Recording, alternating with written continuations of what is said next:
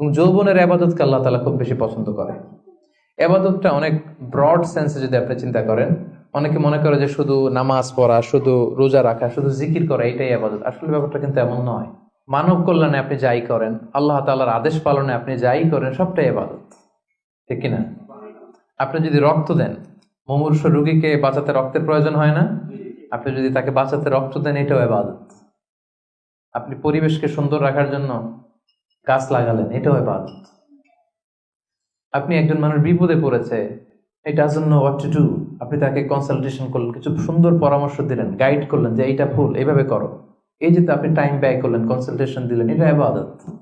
অনেকে মনে করে যে শুধু তাসবিহ, জিকির, কোরআন তেলাওয়াত এগুলোই মনে হয় ইবাদত। না, যে পথেই আল্লাহর সন্তুষ্টি, যে কাজ করলে আল্লাহ তাআলা সন্তুষ্ট হন, এই সবগুলো কাজই কিন্তু ইবাদত। তাই যৌবনের এই মোক্ষম সময়টাতে আল্লাহ তাআলার ইবাদত করে আমাদেরকে কাটাতে হবে।